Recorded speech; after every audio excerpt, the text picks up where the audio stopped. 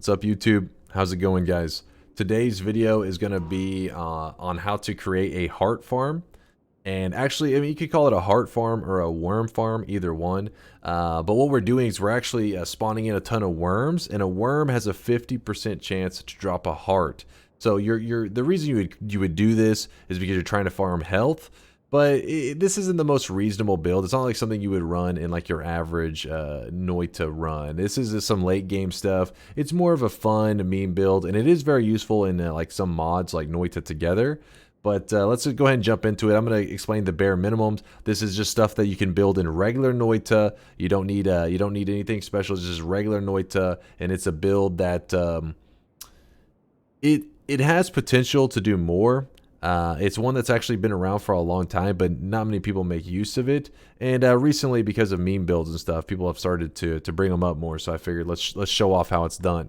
So from the very beginning, let's just cover the basics here. We're gonna have a freeze tentacle. Now this is very important. This is called a freeze melee attack. If an enemy is frozen, some enemies can instantly be killed or taken to 1 HP. They either insta-die or 1 HP, one or the other, whenever you hit them with a freeze melee attack. So this tentacle right here will pretty much just one tap any enemy that is susceptible to freeze. So an example of that would be a worm. A worm can be frozen and meleeed. It will insta-die. So what we're going to do here is we're going to summon in using the Matosade, and sorry if I'm mispronouncing that. I'm not really known for my pronunciation abilities. If you've been part of the community for more than like 30 seconds, you'll realize that pretty quickly. So we're going to summon in the spell. We're going to cast the spell, and what's going to happen is it's going to like delete a whole terrain area around us, and it's going to rain in worms. So let's go ahead and let's do that. We summon them in, and then here comes the worm. We're going to hit them with the freeze melee as they go by. Now, these worms right here, they're not regular worms. When this spell was first added to the game, they were regular worms that had a 50% chance of dropping a heart. After players started to farm these worms, I would definitely never abuse something like that, guys. Come on. You know me, always using legitimate methods to get health. But, some of these degenerates in our Noita community were actually using these to farm tons of health just by summoning the worms in over and over, insta-killing them, and getting free hearts. So they changed it to make it where those worms no longer dropped hearts. But there's a weird interaction where if you put an add trigger, is this the only add trigger I have? Yeah, if you put an add trigger on the worm. So if you don't know what an add trigger does, basically it turns any projectile into an add trigger projectile. So an example of that would be like add trigger pollen. It means if the pollen makes contact with something, it will deliver a spell. So if we put a bomb after the pollen, so the add trigger will add the pollen, package it inside the bomb will be packaged inside the pollen. So we shoot it off, it makes contact, drops off the bomb. Well, we are going to make the worm an add trigger, which is weird because it's like, it's a lot of worms. Like how the heck is this gonna function? And you got to make sure to put something in the payload. So we'll just put down a chainsaw, right? Whenever you do this, what happens is instead of deleting all the terrain and having the worms rain down, instead it summons in a single worm. So we're gonna summon him in. Yep, and there he is.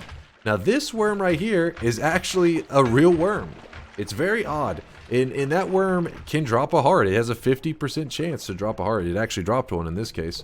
But it's really weird how it kind of it goes back to the original worms instead of the ones that no longer, they purposely coded it so those other worms couldn't drop it. However, when doing an add trigger on there, it reverts back to being a real worm. So now the tricky part is Matosade, even when you have something like a perk like unlimited spells, even if you use the Greek letters, there's just no way that players have discovered yet. People haven't come across a way to make it where you can cast this unlimited. Where you can just cast it over and over to summon in a ton of these worms and farm them for hearts. So because of that, it really kind of faded away for a while on coming up with cool builds for heart farming. But it's grown in popularity again because people started thinking up some pretty creative methods. Instead of trying to cast the Matosade more times, you should instead package this inside a projectile that then has piercing on it. So I'll show you what this means. So let's put that back up. let's say that we have a spark bolt trigger and a bomb. Whenever we shoot it, it delivers 1 bomb, right? So if we put piercing on this spark bolt trigger, whenever it hits an enemy, it will deliver the bomb, but actually, because of piercing, the spark bolt trigger continues to pierce into the enemy, actually delivering the payload multiple times. So even though like a Matosade may have only 2 charges, if you were to shoot a piercing spark bolt into an enemy, it can actually fire off. It only uses, whenever you shoot the spark bolt, when you fire the spark bolt 1 time, it only takes 1 charge away. But it could end up delivering the spell multiple times, even though it only used up 1 charge. So with using this concept, you can get tons of worms if you can make it where the projectile that holds the worm will deliver its payload many times. So let me show you an example here. So what we're going to do is we are going to shoot some pollen in the air, and then we are going to fire off a spark bolt trigger with piercing on it that has a payload in it, such as like the bomb. So we shoot the pollen in the air, then we shoot at the pollen. See, that was a single shot. I fired 1 time, but you saw that it shot off 4 bombs. That's because that's what piercing does. It allows it to deliver the payload many times.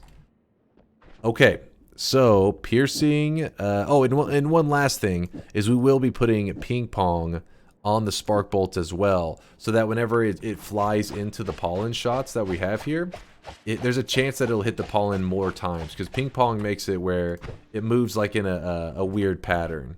Let me fire it off real fast so you can see it. See how it moves in a weird pattern like that? You want it to deliver this payload many times, and so the ping pong just gives it more chance. So you wouldn't have to have the ping pong. This is just hoping to get it to deliver even more worms.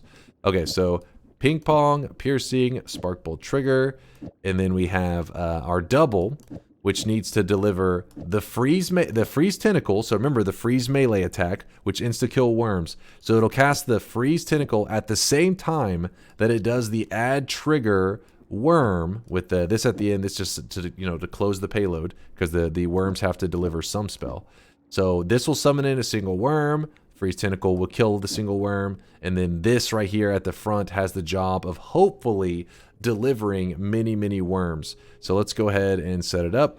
Remember, we only have 2 charges, so what I would like to do is I would like to get as much pollen to fire off as much pollen as possible. So we'll do something like something like this, so we can really spam the pollen shots, and then we fire this into it. And as you can see, it summoned many worms. The freeze tentacles don't hit perfectly every time, so you may have to do a little bit of cleanup. Not only that, but different angles of the shots will actually have different, varying success. So some people who, build these kind of wands more often could probably master that. But you can see we only got a couple hearts from that. Let's see if we can get a better angle, maybe. I think it was QZ was telling me he found like the most success when he was shooting down into the pollen. We'll try to get a good clump of pollen going there, and then we'll shoot down into the pollen. There's quite a few of them, I think, went untouched, but still, let's see how many hearts we got down there. Freeze melee. Okay, so I ran into a couple of those pollen shots. There's a decent amount of hearts. Nothing too crazy, but nothing, something to consider. Something that you'd be like happy to get an extra like 150, 200 HP. So now you understand how to create a basic worm farm, right?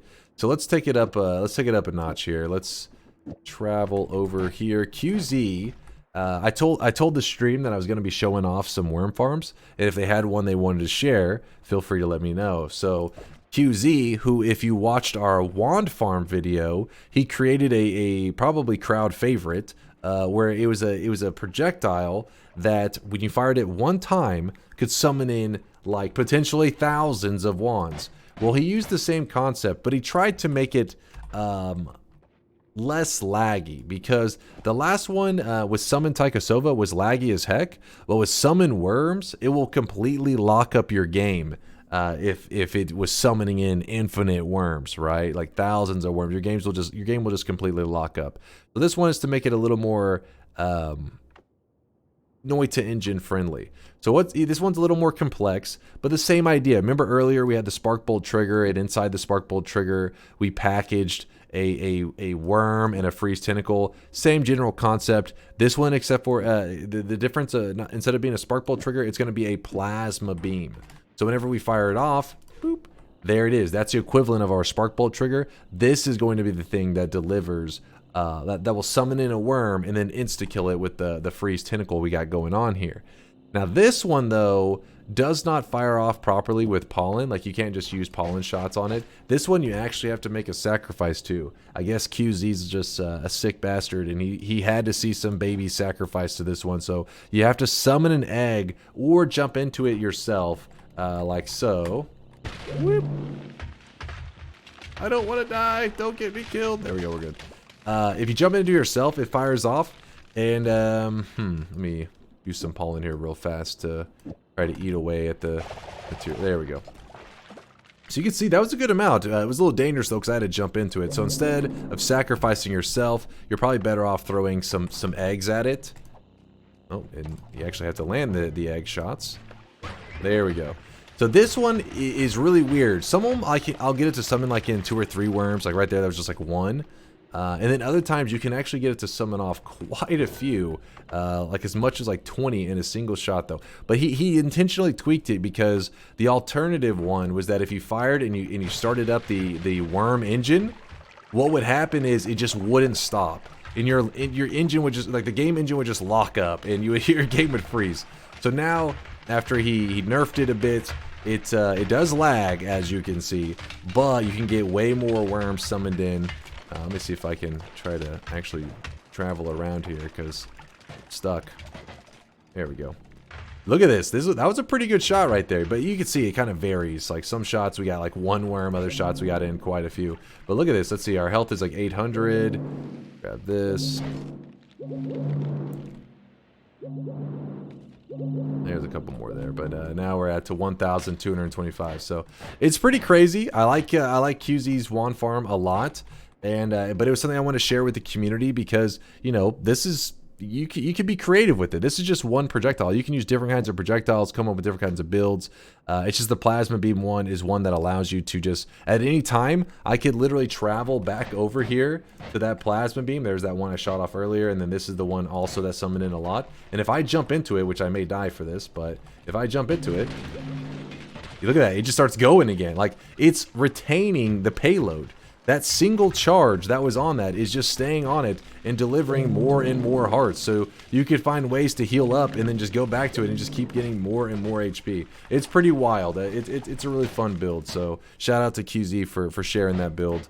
And there you go. There is the worm heart farm. And whenever I'm giving you guys this information, the reason I try to build from the ground up, I try to explain, like, here's what the freeze tentacle does, here's what this is, because these builds are not set in stone. The devs did not write code to just make it where this combo has this special interaction. Instead, look at these as ingredients for recipes. It's you can come up with your very own recipes that nobody else has done, maybe ever, and end up coming up with stuff that maybe changes the way we play Noita. So there you go. There's the bare basics. Come up with your own builds, and feel free to leave a comment below. I appreciate all the love and support, you guys. I have passed 10K subs. It's insane. I know. I don't know where the heck you guys came from, but know that I appreciate you being here. I've actually been considering and posting other content as well besides just Noita, because I don't want you guys to get too bored of Noita. I don't want you to get burnt out, because I want to play Noita for a very long time. So maybe I'll mix it up and I'll post some other stuff from time to time. But